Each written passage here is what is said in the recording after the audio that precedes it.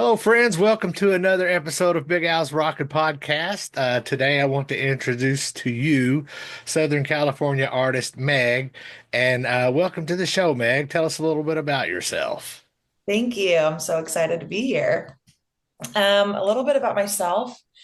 I've been doing music forever. I started with musical theater at the age of 5 and then did musical theater and performances all the way up into went to an arts high school in Los Angeles where I studied classical music and musical theater. And then I went to the USC Thornton School of Music's popular music performance program. Got my bachelor's in music there. Started writing music when I was like 16. Started the MEGG project in 2010. Then was in like this pop punk band called Party for One. Went on The Voice for like 2 seconds. Took a crazy weird break from music for like 3, 4 years. Got back into music during COVID. And here we are. Just moved to Nashville 3 months ago and just doing the thing. Right on. Well, some of the things that you brought up, I'm actually going to ask questions about. So that kind of works out for us. First thing, I want to read a press blurb. LA's South Bay born and raised alternative artist Meg blends her love for pop music with her punk rock roots to create a fearless sound for the tomboys, loudmouths, romantics, and all the misfits in between. Mm. What exactly does that mean to you as an artist, and how did the person that came up with that quote come up with that quote? um, I feel like my music is heavily inspired by where I'm from, Southern California, but more specifically the South Bay of Los Angeles. Um, and I feel like I grew up with four brothers, so my style has always been very tomboy. The music I listen to has always been, a little bit more masculine, a little angry, pretty loud and in your face. And I'm just a fucking loud person in general. And so my songs are mostly about kind of owning your brattiness, owning the loudness of you, not like shrinking for anybody. Um, and I really just kind of rep where I'm from super hard. I grew up listening to like a lot of pop music, Britney Spears, Spice Girls, but like Pennywise would play in my neighbor's backyard growing up. And my brothers like showed me Descendants, Rancid, Black Flag, all that kind of shit. Um, so that's the musical blend of I love a good pop melody, but I just grew up listening to punk rock and hardcore and heavy shit. So it's been really fun to kind of blend the two. Um, and then in terms of making music for the loudmouths and the misfits and shit, like I grew up always kind of being like shushed. My teachers were like, you talk all the time, you're fucking loud. My friends' parents like wouldn't let me sleep over because they claimed they couldn't sleep when I was there because I was too fucking loud, which like really pissed my mom off. And she was like, fuck you. Like I have to deal with your teeny tiny little brats at my house. Like you can take my brat for a night or two. And so when I started writing music, I kind of just wanted to like really own that because that's something that I had always been really like insecure about growing up. And as an adult, now I'm just like, this is fucking who I am. So for all the other loudmouths, like, let's fucking go.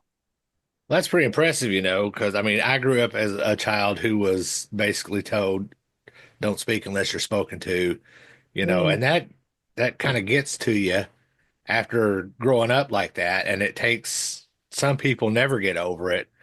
And for others, like myself, it took me until I was in my 30s to be able to, hey, fuck you, I'm going to say what I want, you Mhm. know? And and I'm now in my 50s, and as a 50 something year old man, I'm now in an emo punk cover band. So Yes, dude. so I love yes, let's that. all get out of that shut down, shut up unless spoken to. I love it. I love it. Well, I think it takes a minute to get there. Like I was going through some, like the artist way or something a couple years ago, and it was like, why do you make music? And I really had to sit with that because at first I was like, because it's fucking fun. Like this is what I was put on this planet to do. And it just kind of challenged me to get a little deeper into it. And I was like, I feel like what I ended up coming to was I feel like when I'm writing music is the only time I'm not self-editing, is the only time that I'm not thinking about what I'm saying before I say it or writing music is the only time I'm able to fully just express myself without judging myself for it.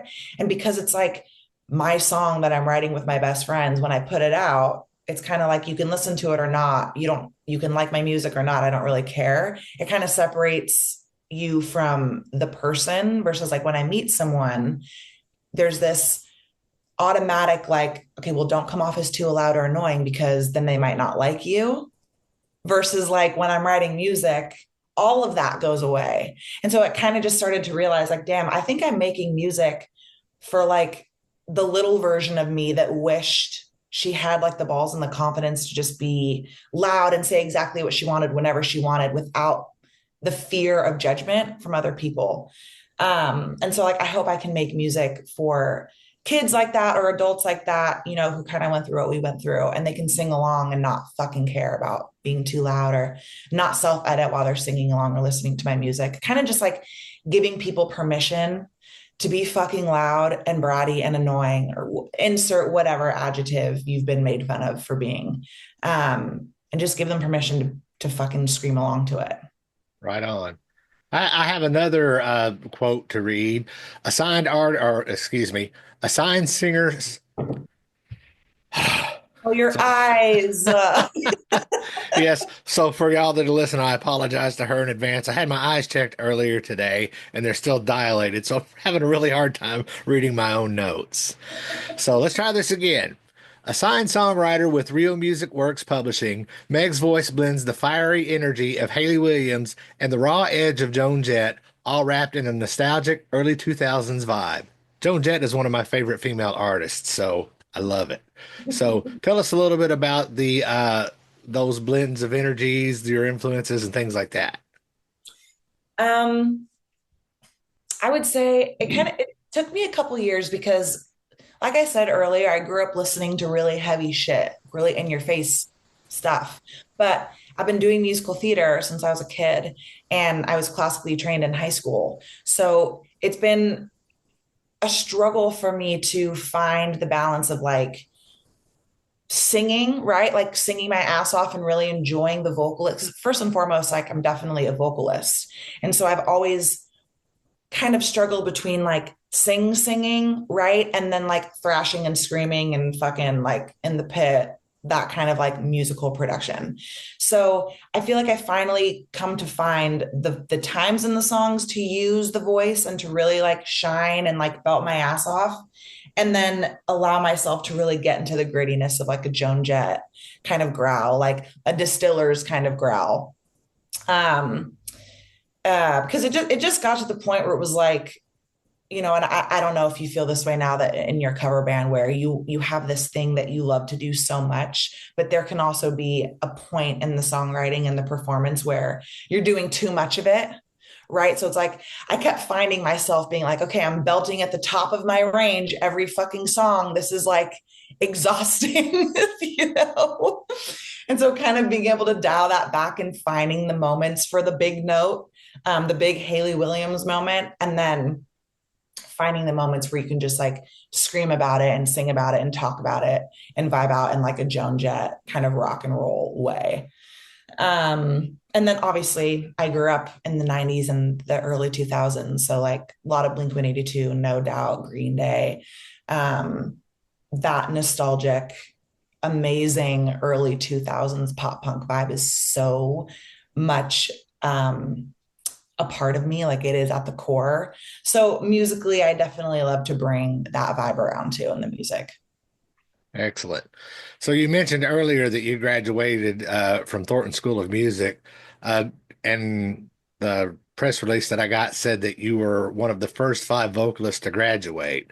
Can you talk a little bit about that experience?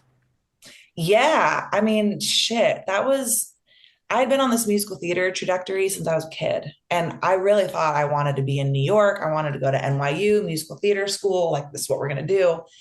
And one of my teachers was like, there was a brand new program called Popular Music Performance Program. And Steve Miller was on the board and Patrice Rushen and like all of these just like musical legends. Um, and it was like songwriting and performance. And I was like, all right, like I had started writing songs in high school, but I was really on this musical theater thing. But I was like, you know what? I'm going to audition anyway. Um, I didn't get into NYU, which was my number one school. And so it was like UCLA for musical theater or USC for pop music. And the more I started diving in, I was like, oh, there's only 25 kids in the entire program. So it's like five drummers, five bass players, five guitar, five keys, five singers. And it just all of a sudden felt like it was going to be like it was a little bit more prestigious than I had kind of went into it thinking it was. And then the UCLA program, I think there were 60 kids in the musical theater. So it's kind of just this moment of like, I think I'm ready to like go into my own artistry and write my own stuff. And I really wanted something small and one-on-one, and it was super close to my house. So I ended up going in that direction. And I'm so happy that I did. Besides being in debt for the rest of my life, I'll be paying student loans till I die. But as a program, yeah, right. Raise your hand. As a program, it was sick. Like we got to work with Lamont Dozier and Ndugu Chancellor and so many people in the industry that Patrice Rushen at one point was like my personal mentor. Like it's just like kind of a crazy thing to wrap your head around. And all the guys that play in my band, I met there. So we've been playing together for like 15 years, which is sick. And we had to each learn three different instruments. So there was at one point I was playing drums, guitar, piano, songwriting classes, performance classes. We would have like Motown week, then we'd have like Beatles week. We'd have to learn five songs with rotating bands and perform them for our professors and our classmates. And then we'd get critiqued. And then every Friday was like pop forum where like someone from the industry would come in to talk. So like Dexter Holland came in to talk. And I'll never forget this forum class. He said that him and every member of the Offspring, no one knew how to play an instrument when they started the band. They were just like dudes that were like, yeah, let's be in like a rock band. And Dexter was like, okay, so like, who wants to play the bass? And the guy was like, I guess I'll try. And they all just fucking learned instruments together at the same time as they were like learning Offspring shit in the garage. Like that was just a crazy story. Anyway, USC, like that was fucking sick. We were just kind of our own little music conservatory inside this giant university. It was so bizarre. Time of my life, honestly. Well, it sounds kind of scary, but it sounds fun at the same time. Oh, it was terrifying because we were the first year ever. So it was like we were kind of learning what the program was at the same time the professors were. Do you know what I mean? Yeah. So it's like, we had like we were like little guinea pigs. So there was this like camaraderie with our professors because we were all just kind of figuring it out together. And the 25 of us were in every single class together for 4 years. So like we were just graduated as like family members essentially. And I learned a lot. I learned a lot. That was a crazy couple of years. Excellent. You mentioned also that you had been on the Voice for about a minute. Do you care to talk about that? Sure. I was hit up from producers about auditioning for The Voice because they had heard my music and they wanted to kind of expand the rock and roll audience. So at that point, it was a lot of like pop and indie and country, and they're like, we need to like expand the rock and roll, whatever. And I was like, yeah, sure, let's do it. And then they asked me what kind of songs I wanted to play or sing. So I gave them like a list of songs that like I would have, wanted to do for the audition. Ultimately, they end up choosing it for you, which is kind of like a bummer. That's like the bummery part of the show. So they chose a song for me because all the songs I wanted to do were too expensive to license. Yeah. And then you basically get sequestered in a hotel for 30 days with everybody else. So there's like 6 different auditions you take before you get to like the blinds where they're sitting in the chair and you like turn around for you. So like I had to go through all of those rounds of auditions. And so by the time you get to like where you're going to be the on TV shit, you're like sequestered in a hotel for 30 days with like the other contestants. Can't talk to anybody. You can't have your phone, can't like do any of that. So you just kind of like lay by the pool. And then when they need like extras in the backgrounds for everyone's audition filming, you just like kind of like stand in and pretend like you're there. It was a really crazy experience, to be honest. And then you work with your voice instructor on your audition song. And then you do the thing. Um, your family shows up and they wait and they wait and they wait. And then yeah, then we did the audition. I didn't get a chair turn. So you're just like performing your ass off for like the backs of chairs, which when they don't turn around is like horrifying. You're just on stage and you're like, okay, fuck me. But they were super nice. They had wished that I had gone in a more delicate direction with the song, which I was like, you all know I can't, we don't choose the songs, but like for sure. Um, so yeah, it was a cool experience. It was a very interesting experience, but I learned a lot from it. Was there anything from that experience that you was not expecting? Um, I wasn't expecting one to be so nervous. And also I wasn't expecting like I guess when you're watching those shows, you really think that the camera is like filming you and your mom like walking up to the studio for the first time. Like it's all pre-recorded, I guess, as is all reality TV. I wasn't really expecting that. So like that was really interesting how much goes into a tiny 4 minute segment on TV. It was kind of crazy. Yeah. I know this has been years ago, and it actually just showed up in my Facebook memories like one day earlier this week. But I had happened to have American Idol on, and they showed a guy playing an acoustic guitar. And in one scene, you see the capo is connected to the head of the guitar, not even being in use. And then in the next scene, it's down on like the third fret, and then in the next scene, it's down on the 10th fret. Oh, Did you have the experience where they made you do multiple takes, or because you were so early in the auditions was just like a one and done? so the difference between American Idol is like you're doing it a cappella, right? Hmm. So with the voice, you have a full band and an MD and like the whole nine. So there are really you rehearse with the band a couple of times before like the blinds, but no, there's no if they don't turn around, they don't fucking turn around, and that's that. Like Who, who, if you mess up, that's it. yeah, who were the celebrities when you were on? Blake Shelton, Gwen Stefani, Pharrell, and Adam Levine. Nice. Yeah. All right, well, we'll move on. What was your motivation for your recent move from Southern California to Nashville? Oh man, I've been working in Nashville. Like I've been coming out like 4 or 5 times a year for the past 4 years for like the publishing company I was signed to is based out here. So I would come out for rights and for shows and yada yada yada. Um, and I was really enjoying the music scene out here, but just like could not let go of my like SoCal roots. I'm like SoCal to my fucking core. And so the thought of leaving the beach, I go to the beach every single day and my whole family's there, blah, blah, blah. So I was like, that's never going to happen. And then my boyfriend, I took him on a trip with me to Nashville. He had never been.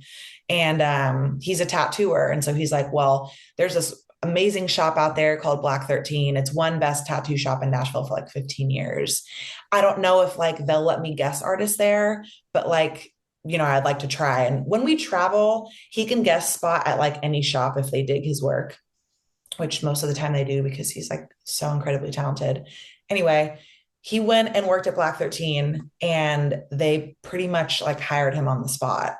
And so he's from Philly. He's lived all over. So like picking up and like throwing shit in a backpack and moving is like nothing to him.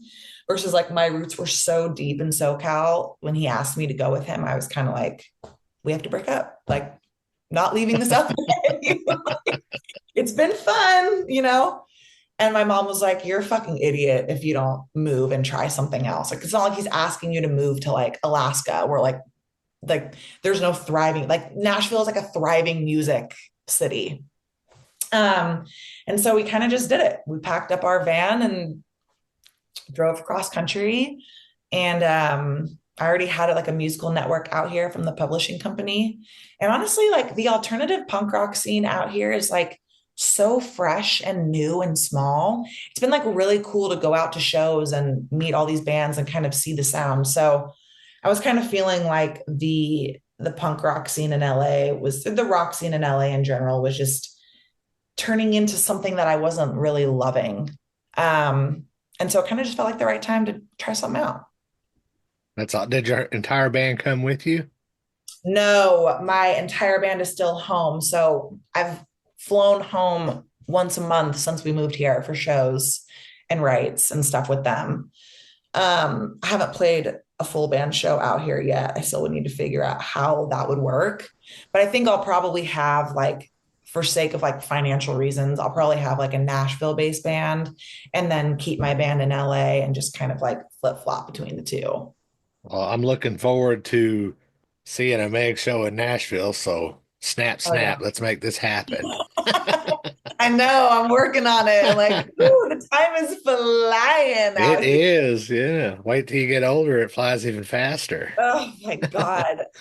All right, Every my next question I kind of stole from your website because I was looking at your some of your press releases, and a couple of people asked this question, so I'm going to ask it too. Describe yourself in 3 words. oh God. Messy, chaotic beach. I like that. Yeah. Yeah. All No right. oil, studious. No, Wacky, I'm fucking fun crazy. loving. Is that one Yeah, word or yeah, two? right. It's hyphenated, so it can be one word. All right. I see here that you are going to be playing the Vans Warp Tour in Long Beach this summer on July 26th and 27th. Talk a little bit about what that is and how you got on that tour. Dude. Every time I hear that, it just like it's so insane. Warp Tour, for those of you that don't know, is the greatest festival of all time.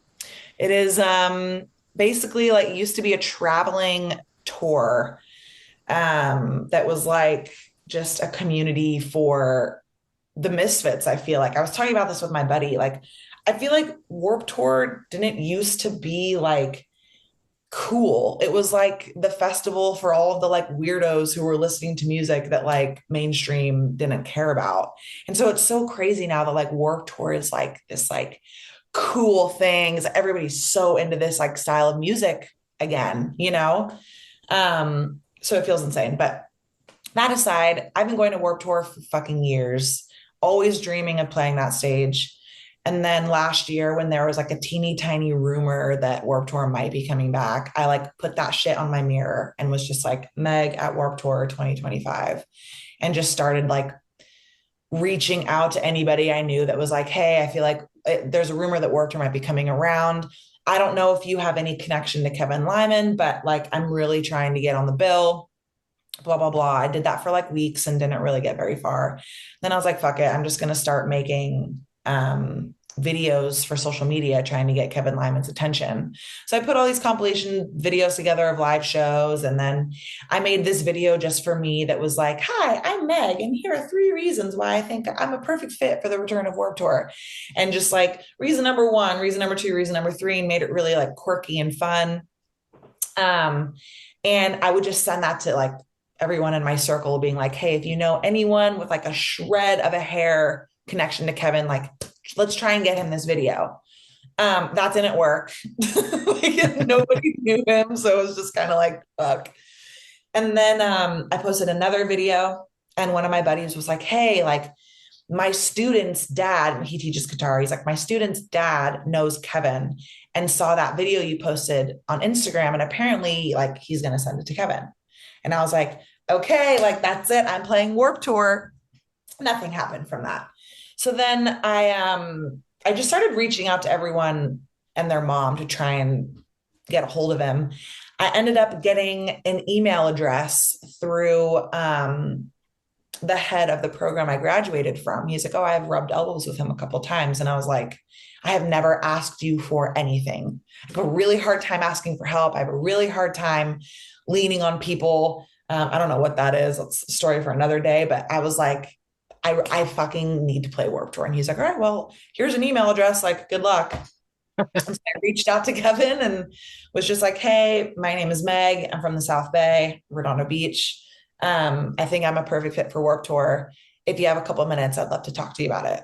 That was it. I didn't send him music. I didn't spam him with links. I didn't do any of that. And he emailed me right back and was like, cool, call me tomorrow. And I was like, yeah. And so holy shit. Gave him a call. It was like I've never been so nervous to be on the phone in my life. We talked for like half an hour about I don't even fucking know. I feel like I blacked out. Um, and then he asked me at the end of the phone call if I had any shows coming up. And I was like, yeah, I have like 4 shows this month. And he's like, okay, cool. Like send me the dates and the locations and like I'll come to one. And I was like, okay. So I'm like, sent him the dates and the locations and I didn't hear anything. And then the first show came up and I was like, hey, like I have your name on the guest list with like a +1. He has his read receipts on. So I could see that he was reading my texts and just not replying. And I was like, oh God.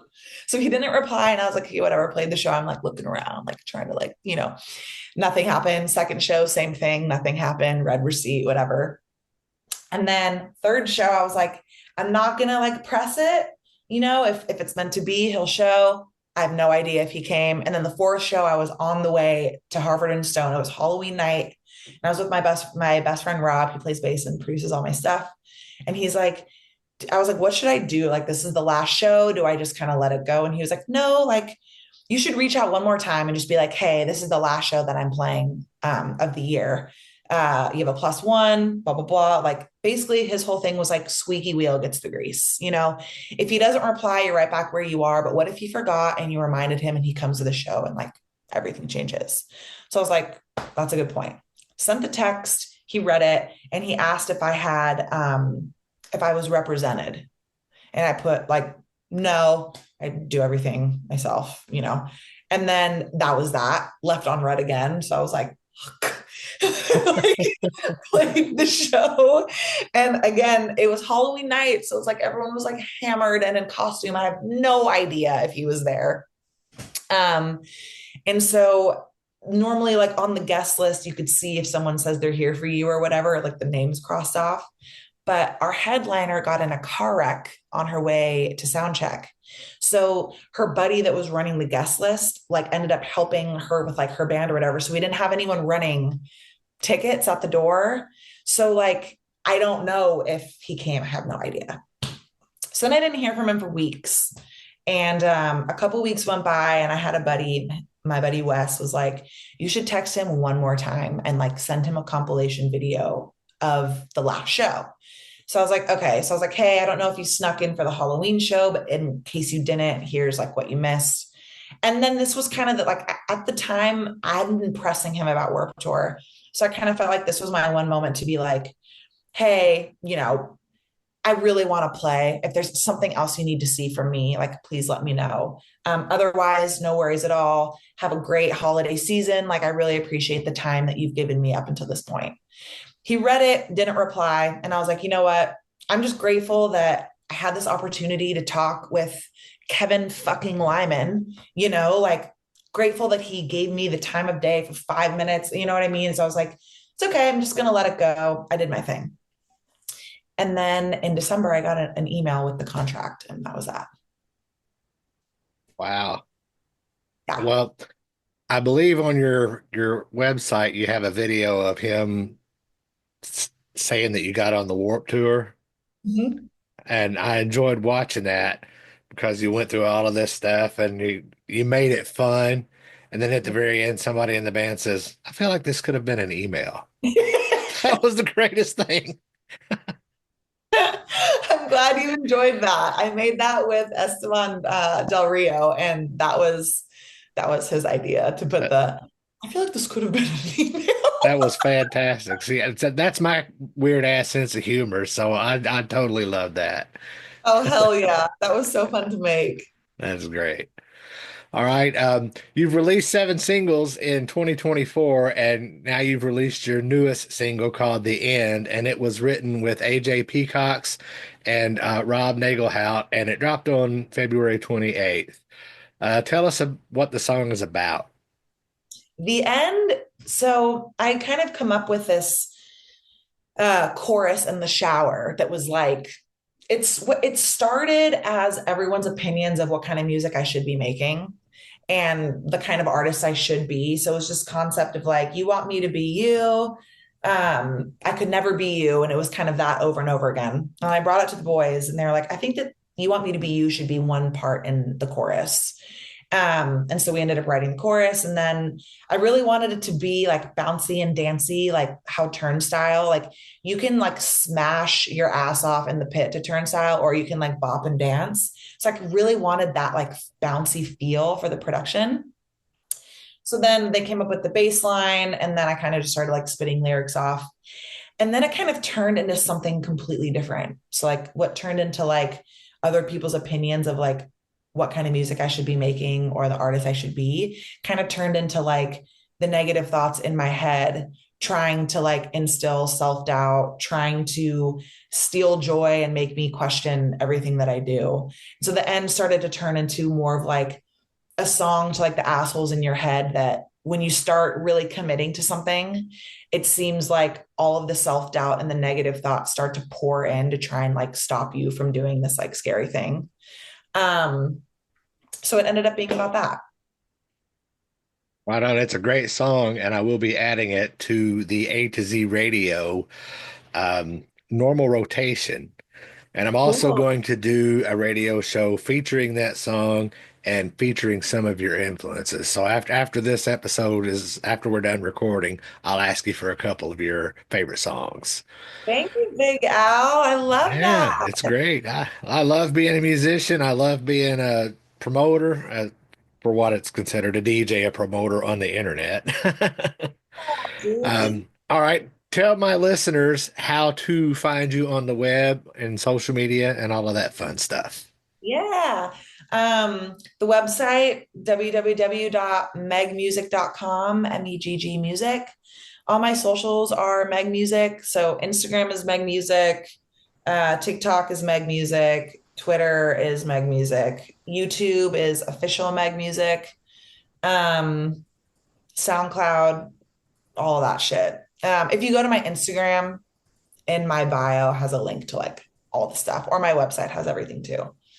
Um, but yeah, if you guys are in LA, any listeners, I'll be playing the Redwood Bar in downtown LA on April 22nd. I've got a couple shows that I'm lining up, but they're not locked in quite yet. But that seems to be the next one in LA. And then obviously, Vans Warped Tour in Long Beach on July 26 and 27. And then I'm writing for an EP right now. So definitely expect a new compilation of stuff in the fall. Do you have a target release date for the EP, or are you just still in the figuring it out stage? Still in the figuring it out stage. I'm like a fly by my seat of my pants kind of girl, for better or for worse. But we've been writing like crazy. And initially, I was going to make an EP of the songs last year. But the songs I released last year kind of have their own, each one is kind of in its own world. So I kind of want to leave them as like the 2024 singles. And now with the end has kind of inspired this whole new vibe with the music. So I'm pumped to put together a compilation of kind of this new sound that we're making. But I think the goal is I want to put out another single in May. I want to drop another single in July, right before Warped Tour. And then after Warped Tour, have a pre-save for the EP, drop the EP in September. And then I think we're going to tour in September and October and maybe a little bit of November. That's kind of like the goal. So Well, that sounds like a pretty lofty goal. I think you can listen to your past music. I think you're not going to have any problems. thank you. All right. Well, I won't take you up any more of your time. I appreciate you coming on the show, and I will talk to you soon. Thank you so much. That was a blast. Thanks for listening to Big Al's Rockin' Podcast. If you haven't done so already, please be sure to subscribe on your preferred podcast outlet. Visit BigAlRocks.com to find past episodes, on-demand links to my radio show, links to my social media, and other Big Al shenanigans. Most importantly, please like and share this episode. Peace out.